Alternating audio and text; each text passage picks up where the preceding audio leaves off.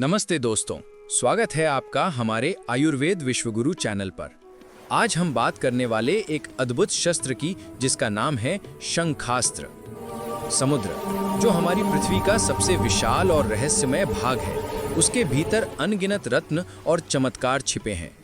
उन्हीं चमत्कारों में से एक है शंख, एक ऐसा समुद्री उपहार जो न केवल सुंदरता का प्रतीक है बल्कि अध्यात्म, विज्ञान और धर्म के संगम का भी प्रतीक है।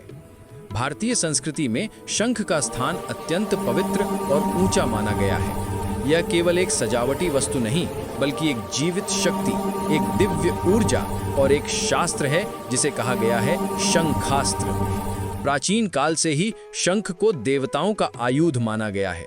भगवान विष्णु के हाथों में जो 4 आयुध होते हैं, चक्र, गदा, पद्म और शंख, उनमें शंख का स्थान विशेष है। यह भगवान विष्णु का प्रिय आयुध है जो सृष्टि के आरंभ और अंत दोनों का प्रतीक माना जाता है। जब भगवान विष्णु शंख फूंकते हैं तो वह ध्वनि पूरे ब्रह्मांड में गूंज उठती है और माना जाता है कि वह ध्वनि सृष्टि की गति को प्रारंभ करती है। वैज्ञानिक दृष्टि से देखा जाए तो शंख की संरचना अत्यंत अद्भुत है। इसका आकार घुमावदार होता है और इसके भीतर जब वायु प्रवेश करती है तो एक विशिष्ट कंपन उत्पन्न होता है। यह कंपन केवल कानों से सुनाई देने वाली ध्वनि नहीं बल्कि शरीर और मन पर असर डालने वाली ऊर्जा तरंगे होती हैं। वैज्ञानिकों ने पाया है कि शंख की ध्वनि से आसपास की नकारात्मक ऊर्जा नष्ट होती है और वातावरण शुद्ध होता है। यही कारण है कि मंदिरों में पूजा के समय या यज्ञ के प्रारंभ में शंखनाद किया जाता है। शंखनाद केवल एक धार्मिक प्रक्रिया नहीं बल्कि एक ऊर्जा विज्ञान है। जब शंख बजाया जाता है तो वह एक निश्चित आवृत्ति पर कंपन करता है। यह कंपन मानव मस्तिष्क की तरंगों के साथ तालमेल बैठाता है। इससे मानसिक एकाग्रता बढ़ती है, भय दूर होता है और आत्मविश्वास की भावना जागती है। यही कारण है कि युद्ध के आरंभ में भी शंख बजाया जाता था।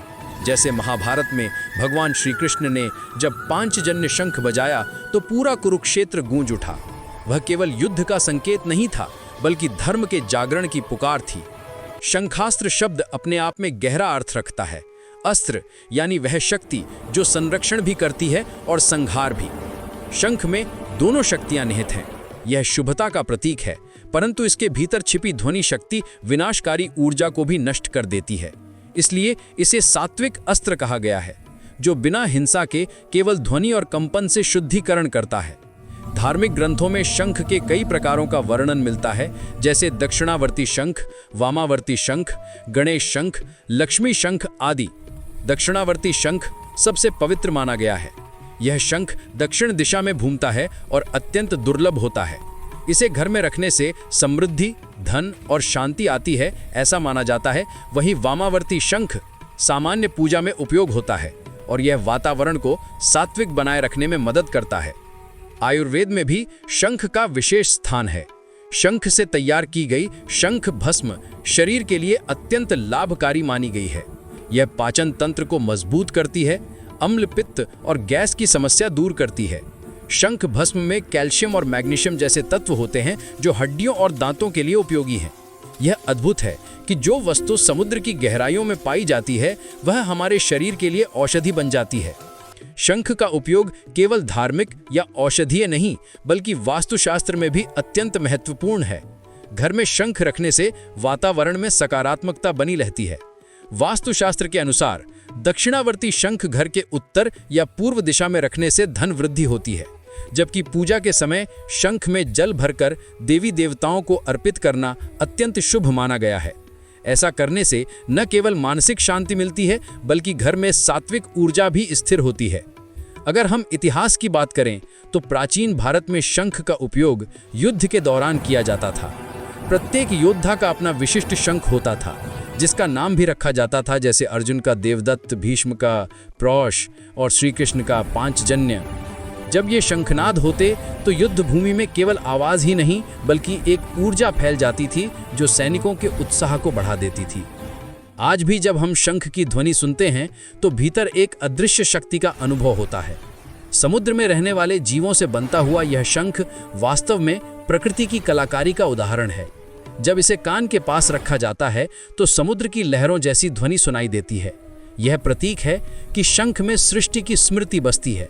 मानो यह बताना चाहता हो कि हर वस्तु में ईश्वर की उपस्थिति है, चाहे वह समुद्र की गहराई में हो या मनुष्य के हृदय में। वेदों में शंख को शुभ नाद कहा गया है, यानी वह ध्वनि जो शुभता का संदेश लाती है। ब्रह्मवैवर्त पुराण, गरुड़ पुराण और स्कंद पुराण जैसे अनेक ग्रंथों में शंख की पूजा विधि का विस्तार से वर्णन मिलता है। कहा गया है कि शंख से भगवान विष्णु की आराधना करने से पाप नष्ट होते हैं और मोक्ष की प्राप्ति होती है। यही कारण है कि विष्णु मंदिरों में शंख और चक्र के चिन्ह को सदैव पूजनीय माना गया है। अब यदि हम आधुनिक विज्ञान की दृष्टि से शंखनाद का अध्ययन करें तो यह ध्वनि विज्ञान के क्षेत्र में एक अद्भुत उदाहरण है। शंख से उत्पन्न ध्वनि लगभग 250 से 350 हर्ट्ज की आवृत्ति में होती है, जो मानव शरीर की तंत्रिका तंत्र पर सकारात्मक प्रभाव डालती है। शंखनाद से हृदय गति नियंत्रित होती है, फेफड़ों की क्षमता बढ़ती है और मानसिक तनाव कम होता है। योग और ध्यान के साधक भी इसे ध्वनि चिकित्सा के रूप में अपनाते हैं। शंखनाद का एक और विशेष अर्थ है अहंकार का विनाश। जब कोई व्यक्ति शंख फूंकता है तो उसे अपने फेफड़ों की पूरी शक्ति लगानी पड़ती है। यह केवल एक सांस का प्रयोग नहीं बल्कि अहंकार का विसर्जन भी है। इसीलिए पूजा में शंख बजाने का अर्थ है अब मैं स्वयं को ईश्वर को समर्पित करता हूँ। यही तो असली साधना है। शंखास्त्र का महत्व केवल भारत तक सीमित नहीं रहा। प्राचीन मिस्र, यूनान और तिब्बत में भी शंख को पवित्र प्रतीक माना गया। बौद्ध धर्म में शंख धर्म चक्र के 8 शुभ चिन्हों में से एक है, जो धर्म के प्रचार और प्रसार का प्रतीक है।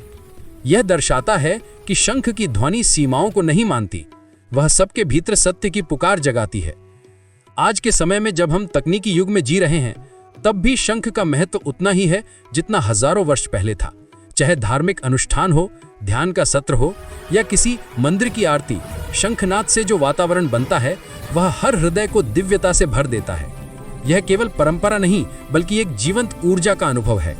हम यह नहीं कह सकते कि शंख केवल एक वस्तु है। यह ध्वनि का अस्त्र है, शांति का अस्त्र है, संस्कार का अस्त्र है।